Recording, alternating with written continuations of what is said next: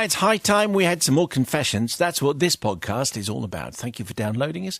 And let's see if these sins, entertainingly written, I think you'll agree, spark off anything in your troubled soul. This week's Concise Collection features a terribly terrified Tarquin, a frigid freezer flim-flam, which I like, party plane ride, push-in, pardon, whatever that means, and a plethora of pesky-perky polystyrene balls. Anyway, here it all comes. Gather round then, because Ed the zookeeper sends in tonight. Very, very promising to get a zookeeper's confession, and all zookeeper confessions very welcome. Dear Father Simon, the forgiving and wondrous collective. My confession takes place about 28 years ago and has weighed heavily on my conscience for many years. In the late 1980s, I was a junior keeper at a well-known West Country zoo. Think Johnny Morris. You remember Johnny Morris? Yeah. Yep. Bobby's looking a little bit blank. No, I didn't. Or she's just concentrating on the info. info. I was concentrating where that was. I do know who Johnny Morris was. Yeah, Johnny Morris. And he narrated Tales of the Riverbank, famously. Yes. Anyway, we move on. I was a keeper, Simon, in a large and popular reptile house where we had many fabulous creatures such as rhinoceros iguana, rainbow boas, massive pythons, and, of course, a pair of splendid Nile crocodiles as the centrepiece. This pair of ancient and terrifying-looking Goliaths did what most crocodiles do. Not a lot. They mostly sat motionless, either in the pool or out on the side, while visitors and school groups gasped and gazed at them. One problem we had was that occasionally visitors would actually throw things such as coins or even drink cans at the crocodiles in an attempt to make them move. This was very much against the zoo rules, as it could harm the crocs, especially if they actually ate one of the cans. To try and deter this very poor behaviour, we had a sign erected over the croc enclosure, which was written with the usual zookeeper black humour. It stated, "Anyone caught throwing items into the crocodile enclosure will be asked to retrieve it." This threat was, of course, somewhat hollow, as we hardly ever caught anyone in the act. The zoo is situated right next to a well-known all-boys college, and as a result of a historic agreement, the annoying students were allowed to enter the zoo for just 2p. So every lunchtime, the zoo had to endure several dozen of these raucous and snooty boys larking around the grounds. Yeah. Oh, I know how this is going to go. Much to the annoyance of the keepers. Thought Matt would like this one. Yeah. One lunchtime, I was eating my sandwiches in the reptile house kitchen, which had a door straight into the reptile house. We often wedged the door very slightly open so we could watch visitors right by the croc enclosure, just in case we caught someone in the act. I was watching a group of 3 or 4 college boys when suddenly a floppy-haired lad... Yeah, he would be, wouldn't he? Yeah. ...finished his can of drink and, much to the amusement of his mates, threw the can over the barrier straight at the large female crocodile. She didn't budge. However, I was out of the kitchen like a man possessed and grabbed Tarquin, for that is what we're going to call him, by the collar of his overly fancy blazer and started to march him towards the gate into the crocodile enclosure, and at the same time saying, "Right, you can read the sign. I saw you throw that at the crocodile. Now you're going to go in and get it." Tarquin was laughing and shouting at me in his posh accent. "Oh, yeah, like you're not going to really do that. You'd lose your job, right?" Was that posh enough? It might not have been posh enough. Anyway, I replied saying, "Well, Sonny, today's the day I lose my job and you lose your legs." Oh, nice line. Tarquin started to change his tone pretty quickly as he realised he may be in the hands of a psycho zookeeper.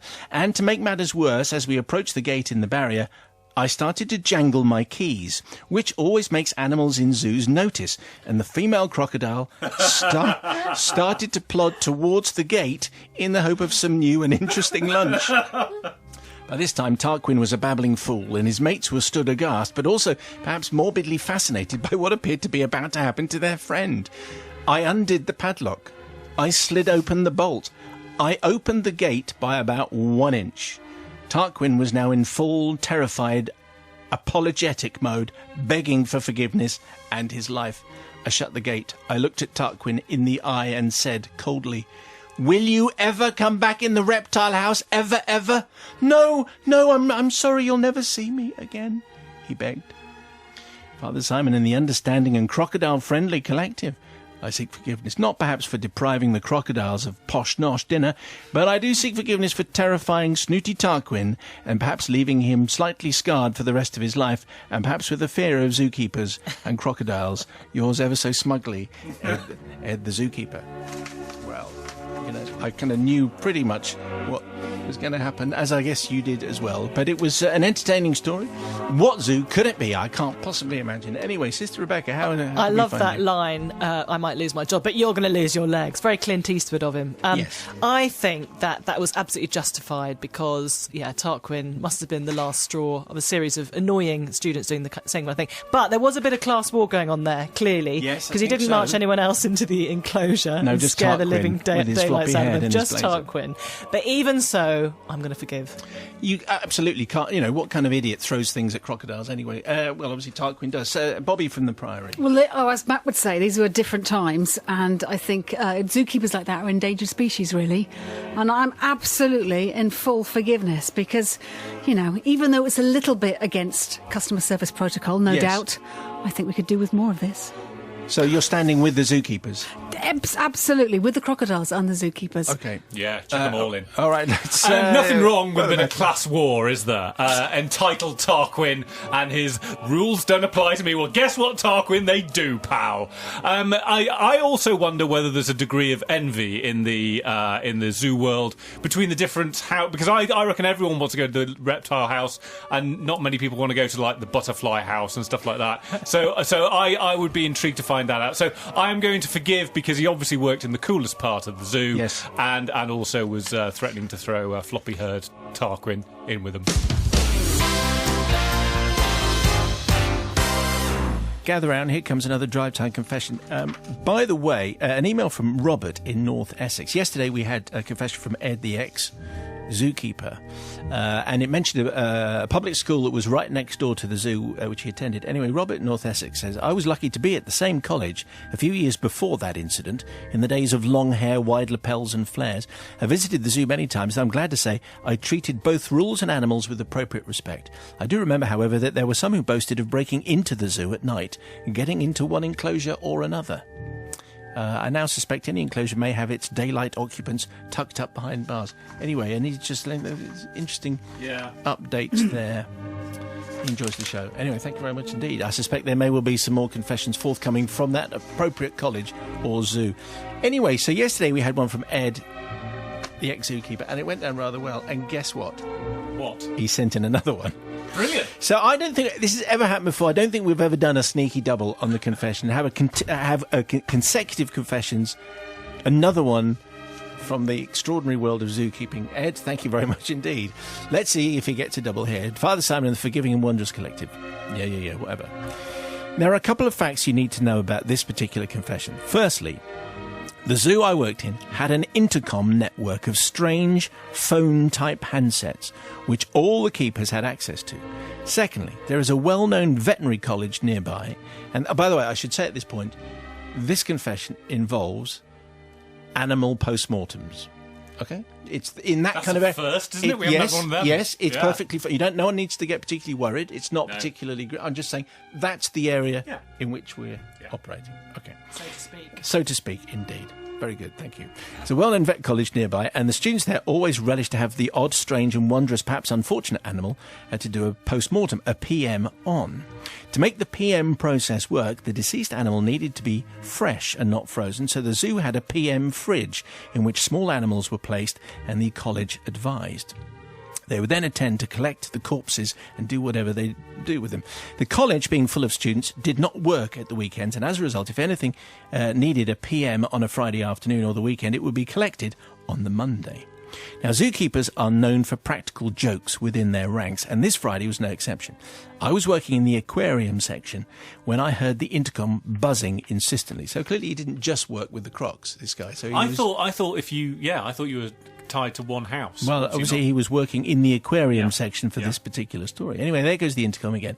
So I stopped cleaning out the piranha tank and went to answer the phone. So I guess you do. Well, there's a thing. So if you're going to work in the aquarium, He's got a cool job, doesn't he? I want to work with the piranhas. Yeah. Thanks very much. I went to answer the phone. I answered, and Bob, my northern colleague, asked, I'm not doing the voice. Yes, please. Ed, Why is there a dead angelfish in the post-mortem fridge? Well, I was aghast. Had we lost one of our prized angelfish? Surely I would have known about this, what with me working in the aquarium. I said I didn't know and I would go and check. The PM fridge was basically a large, tall fridge like you have in your house, and normally contained horizontal shelves on which the hapless animals were placed. It had a solid door and not one of those glass ones that you see in the shops. It was contained in a room on the ground floor of the main zoo admin block, and you walk down a corridor with doors leading off to offices on either side.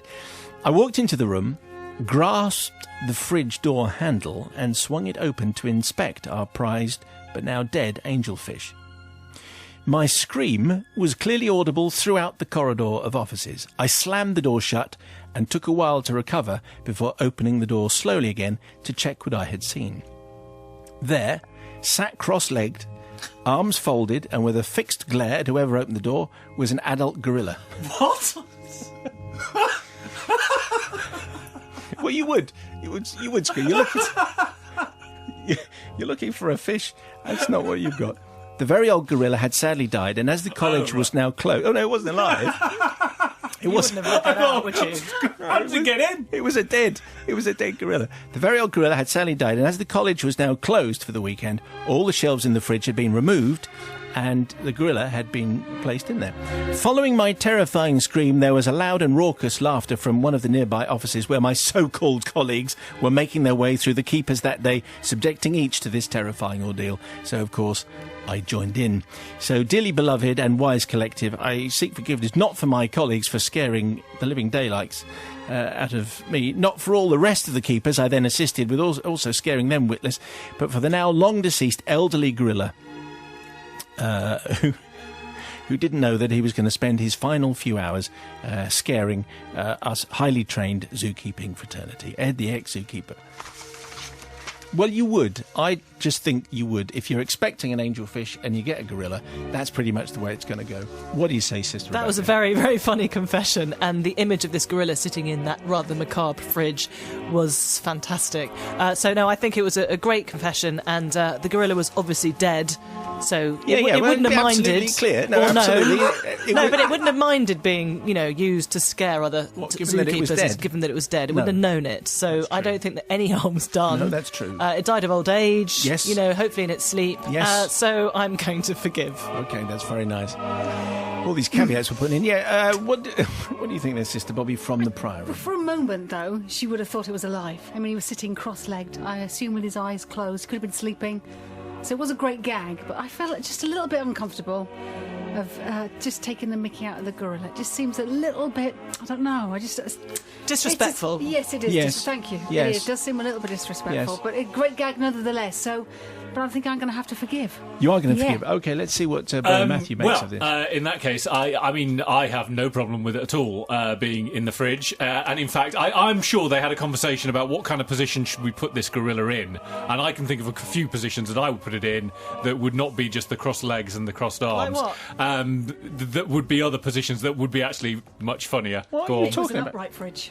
It's an upright fridge, yes, but I reckon I could I'd use props where you get something in there with the If you want to with write the to gorilla. Matt, his emails. So yes, I think excellent stuff. All that story was lacking was a public schoolboy being thrown in with some No, there were crocodiles. absolutely none of those. So yes, definitely forgiven. So the people's verdict is there may well be further zookeeping confessions, but I'm not sure we're going to get any on. But anyway, if you have one, confessions at bbc.co.uk. Gary in Birmingham, two marine zookeeper-based confessions in 2 days. Is this the dawning of the age of aquariums? Oh, I say!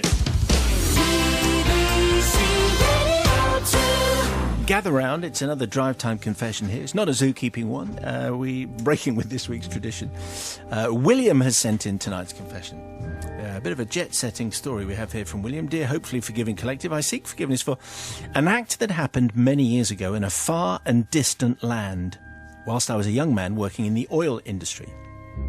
I knew something unusual was up when I was summoned to meet my boss at the country's national oil industry head office and was summoned into the head of operations unit. An oil rig was having difficulty. A critical spare part needed picking up at 11 p.m. from the national airport and driven 200 kilometres to the oil rig, as helicopters were not allowed to fly at night. No problem, I said, but I pointed out that by the time I'd got in and out of airport customs and past the 20 or so police and army checkpoints between the capital city and the oil rig, a chopper would be far quicker. I was informed that a letter was being prepared which would have the signatures of both the head of the National Oil Company, which is the country's dictator's cousin, and also the Minister of the Interior, the dictator's brother, had signed it. And I was to present the letter if I experienced any problems. The job was very kind of 007 Tonight's Tale. The job went very smoothly, and I delivered the part on time. Every time I felt it necessary to use the letter, it was passed to someone senior who was galvanised by the aforementioned signatures. Their backs straightened, beads of sweat formed on their brow, and they did their utmost to please me and get rid of me as quickly as possible, in one case providing an armed motorcycle escort for several miles. 2 weeks later, I was performing a routine visit to an oil rig, an hour's flight from the capital. On the Saturday morning, I arrived to fly back to the capital, and I realised that something was wrong. The airport was full of off-duty oil workers, and Friday's plane was still on the tarmac with several techie individuals looking at an engine. I was informed that the Saturday night flight was full. My usual pleas of telling them how important I was and that I urgently needed to get another oil rig fell on deaf ears. The boarding passes had already been issued, and there was nothing I could do but wait until tomorrow. There was a good amount of sniggering from the oil workers, but already they had their boarding passes, so they were fine. I could feel them all watching from behind. Well, I had a squash match later that afternoon, and then a meal with my squash mates, so somehow I really needed to get on that plane, and a plan was hatched. I reached into my briefcase and produced the letter with the very important signatures, which I still had. The check-in clerk read the letter, disappeared for several minutes, and then reappeared with a very senior-looking official, straight back, beads of sweat on his forehead. There would be no problem at all, sir. Would seat 1A be okay? Would sir like a drink whilst he waited for the plane? And the sniggering stopped. Needless to say, I arrived in plenty of time for my squash game at one of the top hotels in the capital city. After showering, we retired to the bar for a quick beer and to debate which restaurant would benefit from our custom that evening. We were approached by an American lady who stated that we were very welcome to help ourselves to some food in the main function room because there was plenty spare. Judging by the large banners on the wall, congratulations to Steve on 20 years service and happy birthday Daddy, we realised the event was a dual celebration of Steve's 40th birthday, and his oil company had put on a really nice spread as it coincided with 20 years of service. We were trying to guess which one was Steve, because there weren't many people there, and we had no idea. I spotted the lady who'd approached us in the bar and thought I would thank her for the delicious food. No problem, she said, it would only have gone to waste. Why is that? I inquired. You may well be ahead of me here. No. There had been a terrible mix-up. Steve, her husband, worked on an oil rig, and he was due back yesterday, but his airplane had broken down. The oil company had arranged to make sure that he was the first person booked on that morning's flight, but he didn't arrive. Apparently, some very important person had bumped him off the flight at the last moment. He was travelling back by road. Wouldn't be back until, about now, actually, this being 6 p.m. Still oblivious to the surprise party his wife, children and employer had arranged for him. The hotel needed to set the room up for a wedding reception that night, and everyone had to leave at 6. What a pity, I said. I could feel the boarding pass 1A ticket stub still in my pocket. I exited as quickly as possible, keeping in the shadows. Steve would undoubtedly recognise me if he'd arrived. Fortunately, I left the country soon afterwards, and I never had to face up to my actions. Dear Collective, I seek your forgiveness, as I'm truly sorry for ruining Steve's 40th party, especially for his children, who had obviously spent a long time colouring in the banner for their dad. Oh, what? But in my defence, I wasn't really to know, was I? And I had an important squash match, which I had to attend. Industrial espionage, oil rigs, parts. dictators' brothers, ministers of the interior. Who would have thought it? All in a confession. Sister Rebecca, what do you think? It's a great story. It's Yes. a very difficult one to judge on because you always do what you can to get upgraded or to get on the flight, don't you? And he did, have a letter he did from an what he important could. person. He had the letter in his pocket and he used it. On the other hand, there was always going to be somebody who was bumped off, and they were always not going to be able to do whatever it was they had planned. So, he shouldn't be surprised when he found that he'd ruined somebody's evening or year, probably. And also... Or life. Yeah, all life, and especially the children. The squash game, I don't think, was justification for doing that. So for those two reasons, I'm not forgiving. Sister Bobby from the Priory. I'm in a similar position, actually. I mean, yes, you didn't know. But you know what? Just thinking ahead and not thinking of yourself You'd all have the done time. the same. You'd have done the same. I've got a letter from a dictator. Let me on. I don't know that I would. But actually, no, not forgiven. There's your lesson. Okay, let's see Well, what Brother Matthew makes. I would definitely have done it. That said, it's not right, is it? It's not right. And someone was always going to get dumped off that flight because you're getting on, because a fancy Charlie with his fancy note from the dictator means that you're getting special treatment, and I'm not on at all. So definitely not forgiven. Except And that I'm you pretty would have sure done it. I would have definitely done it, but I wouldn't have felt good about myself, and I certainly would not have gone in and had this poor man's food and enjoyed his children's colouring in. I'd have stepped back at that point. All right. The novice is in. Hello, novice. Good afternoon. Looking increasingly like Paul Whitehouse, by the way. Just to mention that. He's a very handsome He is, chap. he is. It's a very good He looking is. man. Let's make that Many clear. different facets and faces. So it's 21 minutes to 6 o'clock, and it's time for another Drive Time Confession. Yes, gather round. Tonight's sent in from someone who we're calling Colin. Hey. Nothing's happened. That's hilarious, apparently. Yeah, that's right. Not really You're a name. easily- I know that. I've easily worked it out now. pleased. It's not. You're not really called Colin. Carry on. Thanks. Thank you. I feel the need to confess to an incident dating back to the late 80s, Father Simon. I was studying photography at college in a major city north of the border and in the final year of my course. The number of students had dwindled, and this allowed us access to the studio facilities based in an old gymnasium situated on the roof of a 14-storey building. You can draw a little map if you want for this. Well, Father Simon, one day we noticed workmen had entered our exclusive habitat. And on further investigation, we discovered they were actually there to undertake insulation services. This involved the use of small polystyrene balls, millions of them. In fact, the bags that they'd been brought up in the service lifts were huge, and we're talking 6 foot by 4 foot bags of polystyrene balls. We came up with an idea for what we believe is performance art. Yeah. Instantly Yeah. interested in what's going to happen here.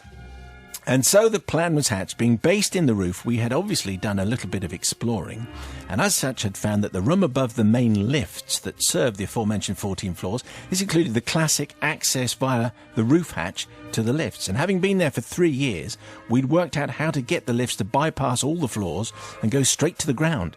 Very handy at lunch or at the end of the day, when it would save a good 10 minutes, allowing us to get to the bar quicker. So as Matt has probably guessed, I'm not sure why Matt would have guessed as opposed to anyone else.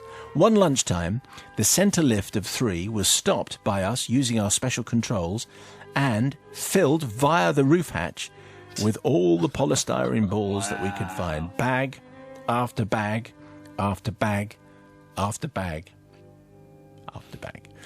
For the curious out there, that we used a long pole and a bit of gaffer tape, which allowed us to use the stop-go switch to be activated when we were ready to send the lift down. But we would only send the lift down when it was full to the brim of polystyrene balls. Timing with these things is everything. So 12:55 seemed to be about right, when dozens of students would be in the main foyer, all waiting for the lifts to take them back to class. And so the lift was sent. The scene that followed was difficult to describe, but the people in the foyer, who were pushing and shuffling forward as the lights of the lift counted down to ground level, were, to say the least, surprised when the lift door opened and the mayhem commenced. The first couple of rows of people were instantly vanished completely in a sea of white balls, with the ones behind ending up waist deep. Others obviously had the survival gene and ran screaming from the lift, not knowing what they were being attacked by. As you can imagine, the balls were everywhere, millions and millions of the little blighters, instantly finding their way into all corners of the ground floor and indeed out of the main doors. It doesn't take much of a breeze to allow these little fellas to travel at great speed and great distance, and so the carnage spread down the street to the main square, the train station and beyond. Plus, due to static electricity, these balls stick to your hair, your skin and your clothes with hilarious consequences, as you can imagine. As mentioned before, being photography students, because this was performing art, we had access to video cameras, these being positioned in the foyer, allowing us various and repeated views of the carnage that followed. This almost led to our downfall, with the list of culprits being small. A few of us were summoned to the college principal's office. However, unity is a wonderful thing, and total denial from us all led to a clean getaway from a certain punishment. Upon exit of the Big Cheese's office, we were then summoned to another office, this time the head of the department, who pointed out that he had checked the store logs and knew who had booked out all the video cameras. It seemed the universal denial was not going to work this time, and we prepared for the worst. But denial wasn't going to work. It transpired that he had been at the back of the queue waiting for the lift and was now fighting back tears of laughter and demanded his own copy of the video. He was kind of on our side. So as far as forgiveness is concerned, I'm not really sure I want any, really, as it was and still is one of the funniest things I have ever seen. But I do feel that the unexpected trauma inflicted on the unfortunate souls who were too keen to return to class and were standing at the front of the queue might not have appreciated our performance art. But if any forgiveness is forthcoming, I would like it to be from the street cleaners of this fine city, who undoubtedly had a nightmare trying to clean up after us. We did not at any point imagine the mass escape of thousands of polystyrene balls that took place. It was in fact weeks before the last of them were no longer being spotted in the streets. It's the kind of thing that a number of people will understand based on just on the maybe they've got a beanbag at home, a poof. Do we still call them a poof? Would you put your feet on? Anyway, and the zip comes undone and you've lost a few hundred and you'll never ever find them ever again. Anyway, imagine that, but it's a whole lift's worth. Colin, I'm not sure about performance art at the best of times, but anyway, this sounds quite fun. What do you think, Sister Rebecca? It does sound like a lot of fun. Can you imagine if you knew that it was happening and you just jumped into the lift like in one of those soft play things and bounced around with all those balls? Really good fun. But for the people, the unsuspecting people, I do feel a bit sorry for them because they were obviously terrified, and especially for the street cleaners. I know he does feel guilty about that, but that must have been a nightmare. However, I think it was a great jape and it was a great idea, so I'm going to forgive. Forgiveness for the first. Okay, what do we think about that, novice?